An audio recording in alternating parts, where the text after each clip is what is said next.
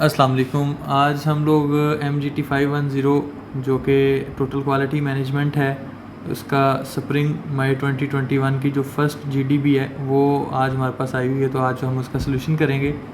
तो सबसे पहले हम लोग उसका क्वेश्चन देख लेते हैं। वो कहता है look after your internal customers, you don't need to worry about your external customers. ठीक है जी। वो कह रहा है कि अगर आप अपने इंटरनल कस्टमर्स को अच्छे तरीके से लुक आफ्टर कर लेते हैं, उनकी देखभाल कर लेते हैं, तो आपको अपने एक्सटर्नल कस्टमर्स की तरफ देखने की ज़रूरत नहीं है, उनकी केयर करने की ज़रूरत नहीं है, आपको उनके मुतल्लिक परेशान होने की ज़रूरत नहीं है। ठीक है जी। मैंने ये सेमेस्टर जो गुज़रा है अभी लास्ट, उसमें ये टोटल क्वालिटी मैनेजमेंट जो है वो पढ़ी है थोड़ी सी। और मैं ख़ुद भी जो क्वालिटी कंट्रोल डिपार्टमेंट है एक नेशनल कंपनी में उसको लीड कर रहा हूँ।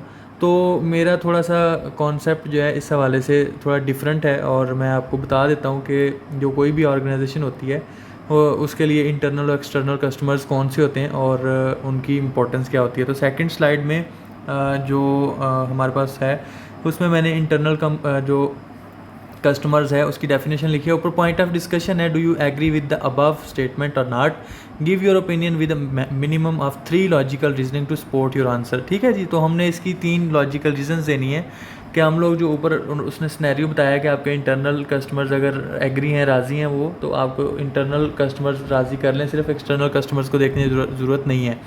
तो वो कह रहा है कि इस आंसर को आप सपोर्ट करते हैं कि नहीं करते, स्टेटमेंट को आप सपोर्ट करते हैं कि नहीं करते। हम लोग तो, मैं तो एग्री नहीं करता टोटली। ठीक है, उसको मैं आगे जाके आपको बताता हूँ कि क्यों एग्री नहीं मैं करता। तो इसके लिए आगे वही सेकंड स्लाइड में उसने कुछ इंस्ट्रक्शंस दी हुई हैं जो कि हमने करनी होती हैं। कॉपी पेस्ट कहते हैं, ना करें, एक्सचेंज ना करें, ये वो इस तरह की चीज़ें जो आप पढ़ लीजिएगा इसको। ठीक है, टाइम वेस्ट नहीं करते, सोल्यूशन की तरफ जाते हैं।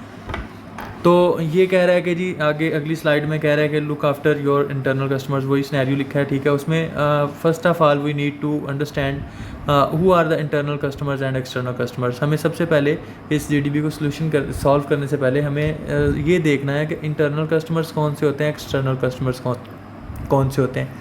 तो internal customers are the staff members, employees, anyone who work for the interest of the company or office or boss and expect a reward or salary or benefit from the company or offices or boss।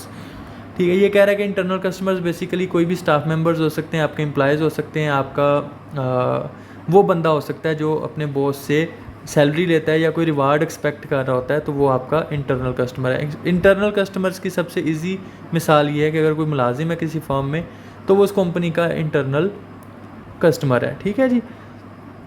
अब हम देख लेते हैं external customers. External customers के मतलब ये कह रहा है जी कि external customers are the people that pay और use for and use the product और services of your company offers when brainstorming problem and designing solutions. These customers are who you are designing for. To be clear, an external customer is a person who is not directly connected to your organization other than by purchasing your products or services। तो external customer जो होते हैं उनके मतलब ये कह रहा है कि ये वो लोग होते हैं जो आपकी कंपनी के डायरेक्टली पार्ट नहीं होते, उसके आपकी कंपनी के पेरोल पे नहीं होते, आपकी कंपनी के मुलाजिम नहीं होते, लेकिन ये आपके प्रोडक्ट्स या आपकी सर्विसेज को इस्तेमाल कर रहे होते हैं डायरेक्टली या इनडायरेक्टली। ठीक है जी। मतलब मैं सर्विसेज से मुराद लेता हूँ कि अगर मैं एक सॉफ्टवेयर बनाने वाली कंपनी में काम कर रहा हूँ, तो मैंने सॉफ्टवेयर बनाया है, तो मेरे साथ जो मेरी टीम थी जिसने मेरे साथ वो सॉफ्टवेयर बनाया है, क्वालिटी उसको चेक किया है और उसको इम्प्लीमेंट किया है हम लोगों ने। तो अब हमने जो मेरे साथ लोग थे और जो मैं खुद इटसेल्फ, हम लोग इंटरनल कस्टमर्स थे कंपनी के। अब हमने वो सॉफ्टवेयर सेल किया किसी को, किसी फॉरेन कंट्री में या किसी दूसरे बंदे को। तो अब वो जो फॉरेन कंपनी है या जो दूसरा बंदा जो उस सॉफ्टवेयर को यूज़ करेगा वो हमारे लिए एक्सटर्नल कस्टमर बन गया। ठीक है, तो वो यही इंटरनल और एक्सटर्नल कस्टमर की एग्जांपल है। नेक्स्ट हम इसके सोल्यूशन पे जाते हैं। ठीक है जी। In my point of view internal and external customers are compulsory and an organization need to take care of both internal and external customers. मेरे पॉइंट ऑफ व्यू के मुताबिक दोनों जो इंटरनल और एक्सटर्नल कस्टमर्स होते हैं वो बहुत ज़रूरी होते हैं। ये नहीं होता कि आपने इंटरनल कस्टमर्स को बस अपने साथ लगाया हुआ है तो अब आपको एक्सटर्नल कस्टमर्स की केयर करने की ज़रूरत नहीं है। ठीक है, ये बात गलत है। आपको दोनों कस्टमर्स को साथ लेके चलना है, इंटरनल को भी और एक्सटर्नल को भी। अच्छा, आगे पढ़ते हैं जी। Because internal customers are directly related to your organization and production, and external customers are the end user और distributor of your product slash services. ठीक है जी।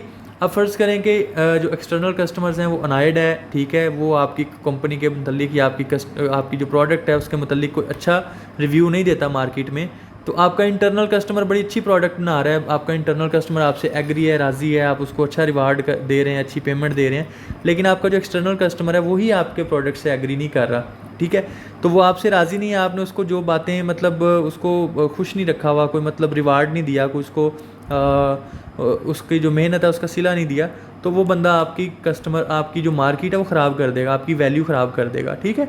तो आपको उसको भी खुश रखना है, साथ साथ अपने इंटरनल कस्टमर को खुश रखने के साथ एक्सटर्नल कस्टमर भी बहुत ज़रूरी है, क्योंकि उसके रिव्यूज़ के ऊपर आपकी जो प्रोडक्ट है वो बिक रही होती है।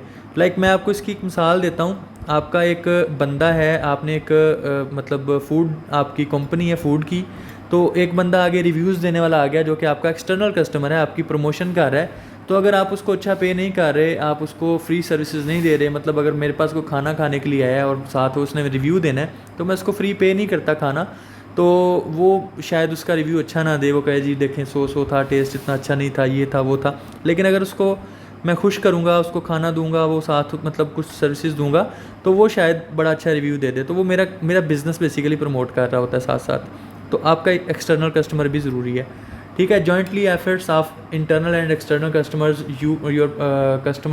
Your product service will become successful, ठीक है जी। दोनों जो इंटरनल और एक्सटर्नल कस्टमर्स हैं, अगर वो जॉइंटली वर्क करते हैं तो आपके वो उसको सक्सेसफुल करेंगे प्रोडक्ट को, ठीक है। नेक्स्ट आ जाते हैं जी। नेक्स्ट कहता है कि जी internal customers will increase your productivity and quality of final products. Internal customers जो है वो उसके मतलब कह रहा है कि वो आपकी प्रोडक्टिविटी को बढ़ाएंगे और उसकी क्वालिटी को इम्प्रूव करेंगे। इसी तरह से जो एक्सटर्नल कस्टमर्स हैं वो आपके जो प्रोडक्ट को है मार्केट में अच्छे तरीके से इंट्रोड्यूस कराएंगे और उनको अच्छे तरीके से मार्केट में रिप्रेजेंट करेंगे, और वो आप अपने जो कंपटीटर्स हैं उनको डिफीट कर सकेंगे। तो इसमें जो सबसे मेन चीज़ थी वो ये थी कि internal and external customers both are very important for your organisation. आगे आप उसकी 2, 3, 4, 5 जितने भी आर्गूमेंट्स चाहें आप दे सकते हैं, ठीक है जी।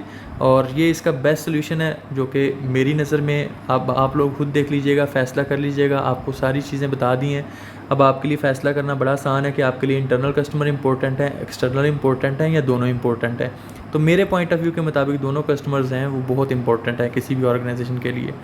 तो thank you so much, hope so आपका जो सोल्यूशन है वो हो गया होगा, अब आपको किसी किस्म का कोई प्रॉब्लम नहीं है। तो शुक्रिया, अल्लाह हाफिज़।